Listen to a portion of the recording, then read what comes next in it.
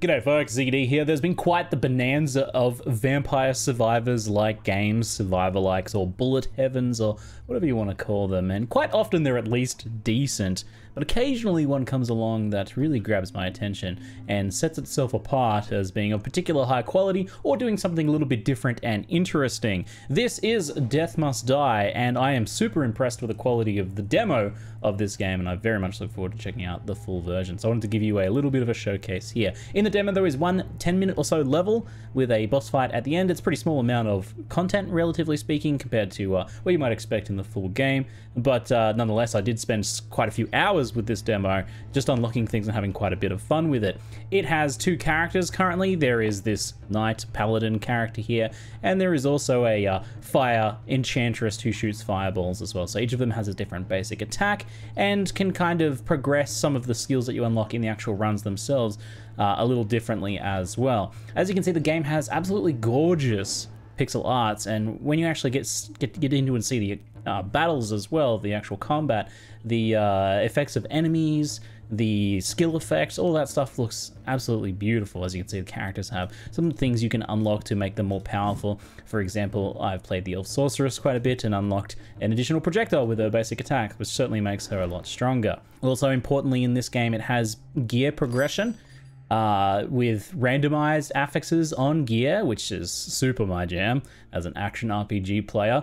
And actually, the first item I ever found, I've never been able to find something quite as good as it because it is super busted, but it's this sword here that gives 4 passive XP gain per second. You'll see just how strong that is when we start. But you can see there's like a bunch of different slots that modify your damage, health, things like that, but also affect things like these offers effect here, change what sort of things you get when you gain level ups and when you pick things up. So they affect how your character progresses a little bit as well. And there are the occasional affixes that are a little bit extra interesting. Like for example, this axe here, when I hit enemies, I shoot firebolts out that deal 10 damage. So extra projectiles. So actual skill triggers on gear as well. So I'm very intrigued with the potential for the gearing system of this game. But without further ado, let's jump into one of the runs here so you can see what it is all about. As you can see, this game is quite inspired by Hades, and you'll see that in the level ups when we talk to the various gods. The skills that you gain on each level up are determined by the god who decides to bestow a blessing on you, which as far as I can tell is random. So this is some of the goddess of fire, so she'll give us some fire skills and fire modifications for our basic attack and passives related to fire or fury or things like that. Very cool stuff, and the game has quite a good bit of humor as well, with like some of the things that the gods say, and even some of the enemies taunting you in battle. I did chuckle quite a few times while playing this game. So as we progress into our first choice here after our first level up, and the reason why we got that first level up so fast was because I had that sword equipped, which gave me 4 XP per second, which leveled me up almost instantly. So I can just get some, small things like global damage increase, so passive effects. Then there's actual active skills like this, auto cast skills, Meteor Shower, which has, shoots 3 meteors down from the sky on a cooldown of 5.8 seconds and so on. It applies burning and so on. And then each god will also offer you a modification for your auto attack. So there are several of these for each class, and I assume this is something that'll get expanded on the full version. But the basic attack, which is just a slash on this character, in this case becomes stronger and applies burning, but you can do other ones as well. So for example, on the Sorceress, one of them might give you a lot of extra projectiles, but they're smaller and weaker. And another one, I think the fire one, for example, makes you do 1 big projectile that ignites enemies. We'll go ahead and take the Meteor Shower. I can show you some of the other modifications. But this game is particularly active compared to a lot of Survivors games. You move around and you can dash, and enemies have signaled attacks and so on as well. You see, I haven't even killed anything. I'm still getting level ups because of that sword. Again, my first item I found was super busted, which that's cool. I think that's very fun. I could upgrade my dash ability here, or I could get a fire breath attack. I might go for the fire breath attack. So the way that this works is every several attacks, I do a fire breath in addition to my basic attack. Now, some interesting little details here is that you'll see that enemies don't just walk into you, they actually signal attacks, which you can then dash out of the way of. So this game is much more of like an action roguelike style game, and definitely feels and looks a bit more like what would happen if you crossed Hades with a Vampire Survivors style game. These are the Fates. And they'll give, they tend to give passive bonuses, actually, the Fates, so we can get like things like movement speed, attack area. Attack speed's very good on this character, and it means more triggers of our main ability there as well. So now we've got meteors and we've got fire breaths falling. We had 2 encounters with the fire goddess so far, so we kind of have defaulted into a bit of a fire-themed build, but it's different every run which actual gods you'll end up seeing. She's back again. She's very keen to give us a fire-flavored build for today's run. Now, they each have stories that progress, which is a bit like the storytelling in Hades, actually. I do see a lot of inspiration here, both with the flavor and the gods and everything, but also the way that it tells the story of these gods and them interacting with you over time. So this continues progressing the more and more you encounter with them, and the more you unlock things as you progress as well. Now, you'll notice that sometimes these skills say adapt or master or something like that. So you have a chance of firstly seeing a certain skill, and then you have a chance of it being a higher quality version of that skill, which from then on will make all instances of leveling that up more powerful. So this is usually 8%. Here it's actually 11% because it's the adept, which is like the next tier above normal. Breath of Fire, we lucked into getting master, so it was automatically a lot stronger. In this case, we're leveling it up from level 1 to 2.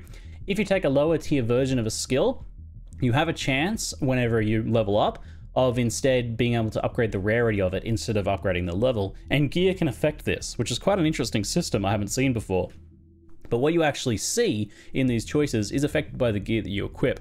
So it looks like we've got a pretty strong fire-themed thing, so we'll go ahead and take the adept version this time of Vengeful Strike, which is a bit stronger, and we applied 4 burning stacks, a bit of increased area, and a fair bit of extra damage. I'm not unhappy with that.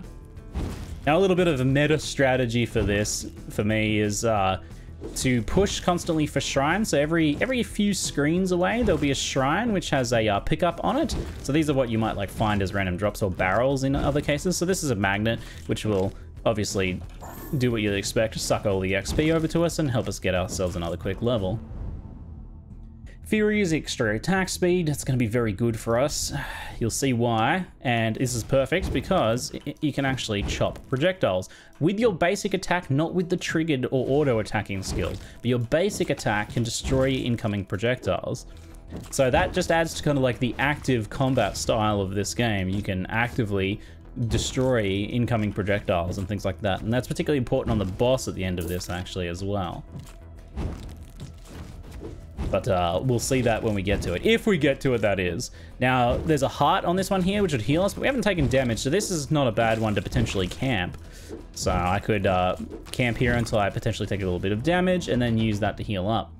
So here's Crom, the god of conquest. So you can expect he does a lot of physical abilities that deal with things like knockback and stuff like that.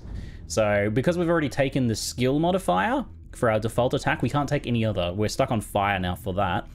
But he gives one that causes you to like knock back and deal a lot of extra damage. He does a lot of rupturing as well, which is like a bleed effect. And we can take one of his 3 abilities that looks like he's offered us here. So Chains of War spins around you and knocks back enemies. I quite like that one. This one's kind of like a rotating blade that kind of loops out and then comes back to you. And then the shurikens, when you hit an enemy, it fires shurikens hitting enemies behind them. You can upgrade that to do things like piercing and stuff like that as well. I'll take Chains of War because the knockback effect on it is quite helpful. You see that so a lot of these trigger, well, some of these trigger on particular like amounts of kills, which makes them less useful in boss fights, but you know, you have to, in order to get to the boss at the end, you have to survive many waves of enemies in between. So you have to build a build that can both tackle on waves and waves of increasingly difficult enemies, take on like more dangerous elites, and then also kill their boss in a difficult fight. Now you'll notice we just picked up gear. So you pick up gear throughout runs, and then this gear I can equip now and it stays with my character. As soon as this run ends, if I die right now, I still have this item that I just picked up. So no worries there. I have that now from now on, and I can go back and sell that for gold if I don't want it, to try and buy something else from the vendor. If there's anything good in the vendor, for example, I found a few good items in the vendor. Or I can, you know, just keep it in my inventory for future runs. Enemy armor is reduced, so elites and some enemies spawn with a blue health bar, which, while they have that, they are tankier, it seems, and cannot be stunned. Now, reducing enemies' armor and getting that armor off so that you can stun them is actually really, really helpful on elite fights. it allows you to stun lock the elites and interrupt some of their attacks. So I don't mind usually taking one of these, and because it's adept, it's a bit higher than usual. I think it's usually 40%, so 56% is pretty good. We actually had our first elite spawn, but we killed them really quickly because our damage is actually really good right now. That's going quite nicely. I want to kind of move around and find some more shrines, so I'll just take this heal right now. It looks like we've got another elite coming up there, but they'll loop back and find us.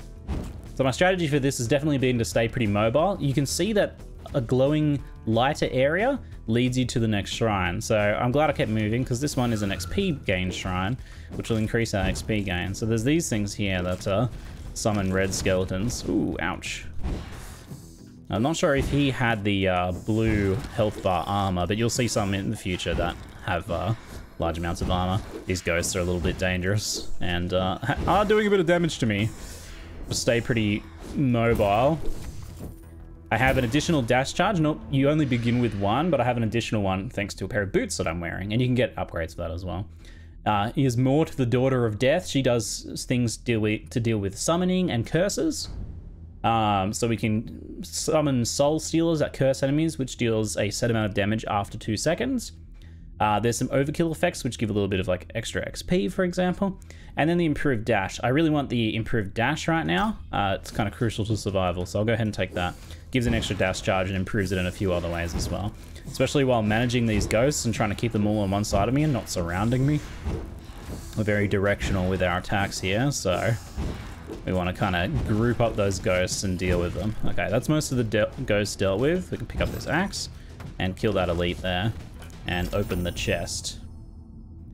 So we got a adept version of haste for extra movement speed. That's not bad, but also adept version of crit is particularly attractive. I think I might have to take that. 8% crit off of one passive is pretty good. And this gold obviously helps us like unlock more gear from the vendor, buy more gear from the vendor. And again, the vendor actually has pretty good gear quite often. So I move into a darker area and then I move until I start seeing some more light, and it's pretty consistent. I imagine different levels and stuff, and level generation might change for the full version a bit. We're about to fight an elite, and we've been walled in for this one. Now this one actually summons additional elites to fight, but we'll go ahead and leave that for a minute. That's good for us to get more like potential drops or XP. But for now, we're about to get swarmed by slimes, and this particular phase at the 4-minute mark in the demo at the moment kind of traps you in and swarms you with slimes, and then I think there's an elite fight after that. There's also a really nasty fight at 7 minutes we've got to kind of be ready for as well. So here's another little dash improvement, but it's only a smaller one this time. We could get sickles that shoot out every couple of attacks. So that's good because it does help with bosses. And the ravens also would help too because they just go around pecking enemies and applying curse. We can hold Alt to see more info. So they do 28 damage after 2 seconds. So I'll give you a look at the sickles. I think the sickles are pretty cool. I like when you take an ability for the first time, it triggers right then and there, which is kind of neat. And then from then on, it triggers under its normal circumstances. So for us, that's every what was it, 4 attacks or something? So we've got our fire breath triggering on attacks now. We've got our sickles triggering on attacks, and we got the chain triggering on kills, and we got the meteors triggering on on their own cooldown, which those sorts of things can be modified as well. So you can see there's like a bunch of different styles of skills and how they trigger. Now that we've kind of cleared this area, I'll take this extra elite fight, and I'll go ahead and grab that amulet too. So these ones have a lot of armor. As you can see, they literally are shields. But because we lowered their armor, the blue health bars are actually pretty small. I did a little like looking and testing about this, and as far as I can tell, that is how it works. That armor modifier actually lowers the amount of armor that enemies have, which is unusual. I thought it might like be a damage multiplier, but it seems to actually lower them. So, but the weird thing is though, when I get over 100%, it doesn't actually seem to reduce their armor to nothing. So it might kind of math a little differently. I'm not entirely sure. I find it useful to take like one level of that and then maybe not more after that point, but rather get like upgrades for other things. So I could take an expert of blades here, or I could level up Chains of War. I'll take the expert because an expert skill is pretty rare. Occasionally you'll find legendary and master ones as well, but those are certainly quite rare. So this one spawns a big old shuriken thing that kind of like slowly kind of makes its way back to us. It's not bad for like killing enemies on top of us. It's kind of like supposed to push enemies towards you a little bit, which could be a little iffy. but it hasn't really seemed to have been too problematic for me. This is an item back there. You'll see sometimes the enemies taunt you, and there's like the occasional like references to other games and things like that. I'm pretty sure one of them said an Age of Empires quote at me at one point, which definitely like stun locked me, caught me by surprise. I was like, wait, what? It was like a pretty mouse volume. So I can't. The game's humor seems to quite resonate with me. You know, humor can obviously be hit or miss, but this one seems to get me. Here we go. We've got another chain there. So the shields do like a little dashing attack. It's not too hard to avoid. We can upgrade our... Oh no, this is a separate one. This is expert attack speed and cooldowns. Ooh, that is a really good... That's actually a really good run. It's actually a nutty run. Attack speed is really, really helpful in this character. The faster you attack, the easier it is to like stun elites and knock down incoming projectiles, which you'll see later is super, super helpful in this demo stage. So we're at the 6 minutes 30 mark, and at 7 minutes there'll be a particularly nasty encounter, if I recall correctly, and then 10 minutes is the end of the level and the final boss fight. There's another magnet here. Might as well grab it and keep moving. So there's these elite kind of like skeleton bat thing, bird things here. I don't know what you would even call them, but they are quite nasty. Their charge attack can be a little hard to avoid, but thanks to our really, really high damage and our armor lowering effects, we are actually able to like kill them really quickly. So this is definitely on the easier end of runs, but I have played this game a lot now. way more than you probably should play a demo like this. But I'm still unlocking new stuff. I'm still seeing like new like dialogue from the gods and things like that, and still unlocking new things that I haven't seen before. So even in just a like little demo like this, it's got quite a bit of content. Level up blades to add another blade, or chains of war, which adds more damage in area. As we're moving closer to the bosses, I want to focus on things that are going to help a bit more with the bosses. So blades is autocast, and that will help. So that gets more blades on the field. We're actually really getting quite strong.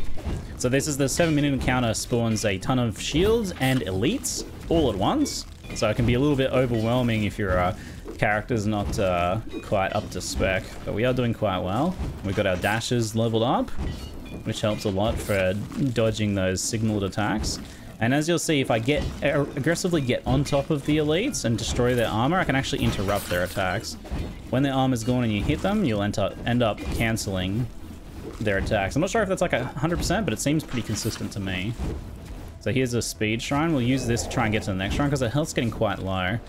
And if I can get a healing shrine or something soon, we've got like 2 minutes to kind of prepare for the boss fight. So it'd be ideal if we can manage that.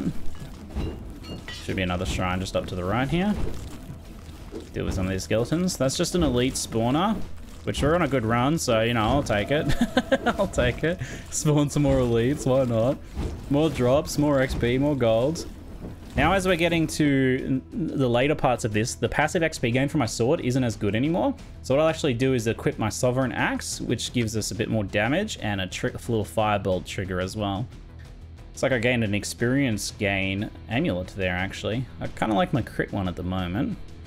Yeah, Missiles Velocity. I haven't seen that mod before. I really look forward to seeing how they expand out the gearing system, because to me that like makes this much more attractive. I love some gear, what can I say? I love gear. There's an elite archer here I really want to kill. There we go. They're like, ouch! Sometimes they're like, oh, okay, I take it back, don't hurt me. When you like get on top of them, because the archers try to run away from you when you go after them. So when you get on top of them and start whacking them, it's like that kid, that annoying kid that's like throwing pebbles at you, and then you're like, that's it, I've had it, and you like start rushing towards them like you're gonna, you know, threaten them, and they're like, no, and then they call the teacher. Is that kind of the vibe I get from the skeletons? It's just quite, it makes me giggle. We gotta get, we've got 1 minute until the bosses spawn, and we've got some, oh yeah, we've got another little elite counter here. I gotta kill these things. Oh, there's a health there, though. That's really good. Let's get that before the box closes in. Oh, okay. Thankfully, those extra dash charges just saved me taking a lot of damage. Woo! So it's quite snappy. There's really good signaling. The dashes feel really good. Yeah, another detail, a little nuance here that's I think pretty important to the gameplay is while you're actively attacking with your basic attack, which triggers other attacks, your character moves slower, but when you stop after a brief delay, you start moving at full speed again. So that means sometimes it's better to not attack, and sometimes it's better to attack aggressively. You have to make kind of a tactical decision moment to moment, which is very cool. I'll go ahead and upgrade Breath of Fire since it's master level. It's a shame we didn't see more levels on that even, because it's quite a good skill. Ooh, getting a little swarmed here. We will have a chance to pick up gear at the end if we kind of stay in this area, but we might not end up staying in this area when the boss comes. I want you to think about what you expect the boss to be. It probably won't be what you expect. I don't know. The boss is honestly a little bit hard, but I think this character will have them covered. The boss are called the Llama Warriors, and they're like skeletons that spit at us. They're like skeleton archers, but I guess it's supposed to be like spitting or something. I don't really know, but it's actually like the boss is a bunch of these like spooky black skeleton archers, and they kind of teleport around on different sides of you, and you have to really try to chase them down while not getting shot from the other ones. They also lead the target really well, so you have to like constantly change directions. And the reason why attack speed here is really good on this character is because this character is quite good at knocking down the projectiles. It actually looks like I'm hitting them back at the enemy, but that's just the firebolt trigger, because it also triggers on hitting their projectiles as well. So the key to this fight is kind of like changing your movement so that you don't get shot by the ones behind you, or trying to get them all on one side if you can, and then really trying to stay on top of one of them to deal damage. If you have some nice ranged attacks, that can certainly help, but I find that it's all about really like getting on top of them and managing the other projectiles. It's quite a challenging little boss fight at first, and it took me quite a few goes to kind of get it. And even then, this character is pretty strong, but her health is getting quite low here. I could play a little defensively and try and rush for a healing shrine somewhere, if luck would have me get one. But we're getting kind of close, and I might be able to pull this off. And we got two here, which is really good for damage, because we're kind of like, okay, one of them teleported. Get a decent amount of damage on this one here before it runs away. They all show the health bar, obviously. Getting really good damage here, but getting quite low. They're all kind of on one side at the moment, which is perfect. So just kind of like aggressively move in while chopping away at their projectiles. We're on top of one there. Oh, it teleported really quickly. Dang. Is that a health shrine? Oh my god, that's a lifesaver. I was getting really low there. It was going to be pretty touch and go, but that healing shrine definitely saves us there. Alright, we got the boss kill. Very nice. And you get a little bit of time at the end to pick up any loot that dropped as well. And the boss team seems to drop guaranteed rares at least as well. -5 enemy damage is really good. Ooh, yeah. And more skill level up offers. So that modifies the ones that you'll see on level up. But -5 damage taken is really nice. Cool. There you have it. There's a run of Death Must Die. So all of that gear that we found, we can take back now and choose what we want to keep, and sell anything extra to the vendor. And as we go, we may unlock new things as well. New like class modifiers, some of which can be quite powerful. Your little score rundown here at the end. So like everything in this game is really impressed me. It looks like we unlocked a new perk. We'll go see what that is. Everything in this game has really, really impressed me. I just need more, right? I just want more classes, more levels, more gear, more modifiers, more skills, more gods, just more of everything. And I'll be in heaven with this game because it's very, very cool. Looks like we unlocked attack damage scaling. So the hero seems to be really about scaling the attack area, global area, attack damage. So area and damage scaling, it looks like. Yeah, whereas we've got more experience, piercing and bouncing. More projectiles. So she's about kind of modifying projectiles a lot, it seems, which makes sense. Her fireball skill is shoots projectiles out. But the gear is shared between the characters as well.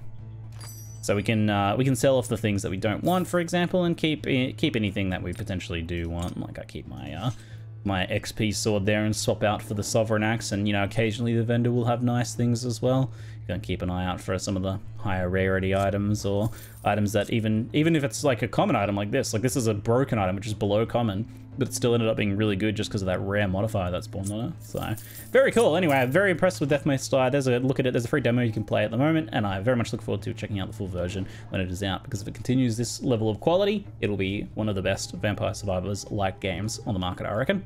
Anyway, that's it for now. I'm Ziggy D, and thanks for watching.